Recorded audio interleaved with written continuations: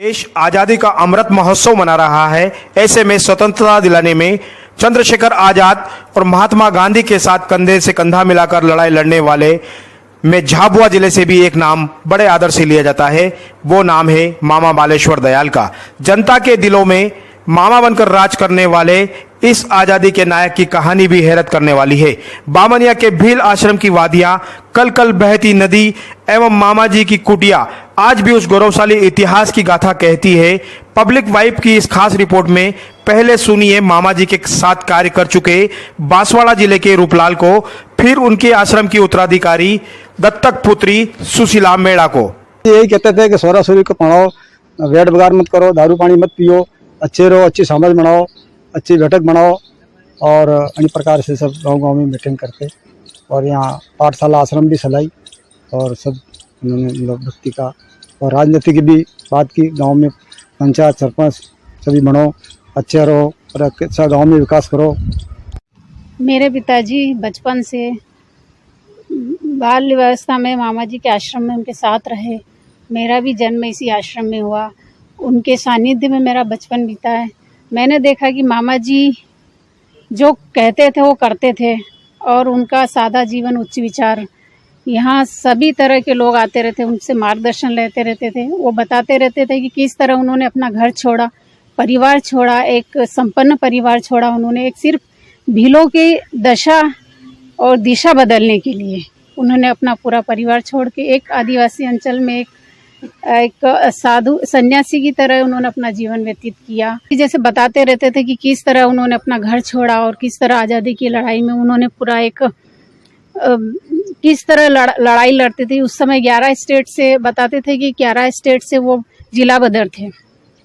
वो छुप छुप के कैसे उन्होंने अपना जीवन यापन किया और सादा जीवन, एक लुंगी और एक कुर्ते में वो रहते थे।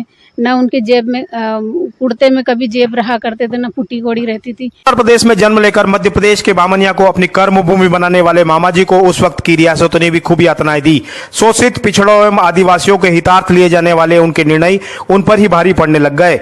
समाज सुधार कार्यक्रम से तत्कालीन राजा महाराजा जमीर जागीरदार चिंतित हो उठे और उन्होंने उन्हें खत्म करने की साजिश के तहत हमले भी करवाए, परंतु मामा जी टिके रहे। आए दिन जेल की यात्राएं और यातनाएं भी अब उनके जीवन का एक अंग बन गई। इन यातनाओं में तप कर ही मामा जी का जीवन कुंदन बना।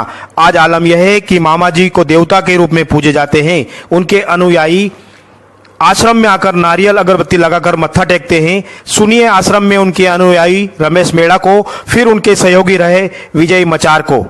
जब हमारा देश गुलाम था तब ये महात्मा गांधी से उनका असहयोग आंदोलन चल रहा था और सविनय अवज्ञा आंदोलन चल रहा था, तो गांधी जी ने उनको नेतृत्व करने के लिए अध्यक्ष के रूप में रखा था। मामा जी अपने इस इलाके में, भीलों के इस इलाके में आने से ही इन भीलों को मतलब आज़ादी मिले। एक तरह से मामा जी हमारे लिए मतलब हमारे मतलब गांधी जी थे। मतलब ये आने से ही हमको हम मतलब भीलों को, मतलब गरीबों को मतलब आज़ादी मिली है। आज़ादी की लड़ाई में तो मामा जी ने यहाँ झाबुआ, बांसवाड़ा, डूंगरपुर, गुजरात और महाराष्ट्र के आदिवासियों पे इतने जुल्म होते थे, उनसे बिगाड़ ली जाती थी और मार मार के ये सड़कें बनवाते थे। उसका पैसा एक भी पेमेंट नहीं देते थे। अगर कोई पैसे की मांग करता था उसको कोड़े से मारते थे।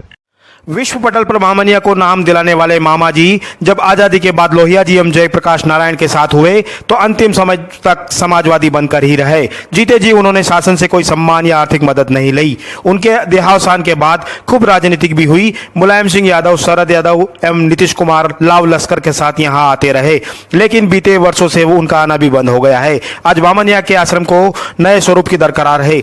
सुनिए इस बारे में पत्रकार सत्यनारायण शर्मा को। में नेहरू, गांधी इन लोगों के साथ रहे। बाकी आज़ादी के पश्चात मामा जी का कुछ इन लोगों से मतभेद हुआ और मतभेद होने के कारण वो डॉक्टर राम मनोहर लोहिया, जयप्रकाश नारायण इन लोगों को साथ हो गए। ऐसी लड़ाई मामा जी लड़ी, दहेज, दापा, शराबबंदी, ये मामा जी काम है, जिसके कारण मामा जी को आज आदिवासी अंचल के अंदर भगवान की तरह पूजा जाता है। शासन से मांग करता हूँ कि ये वीरान होती समाधि को एक निगाह देना चाहिए और इसको डेवलप करना चाहिए। झाबुआ से संजय लोढ़ा की रिपोर्ट।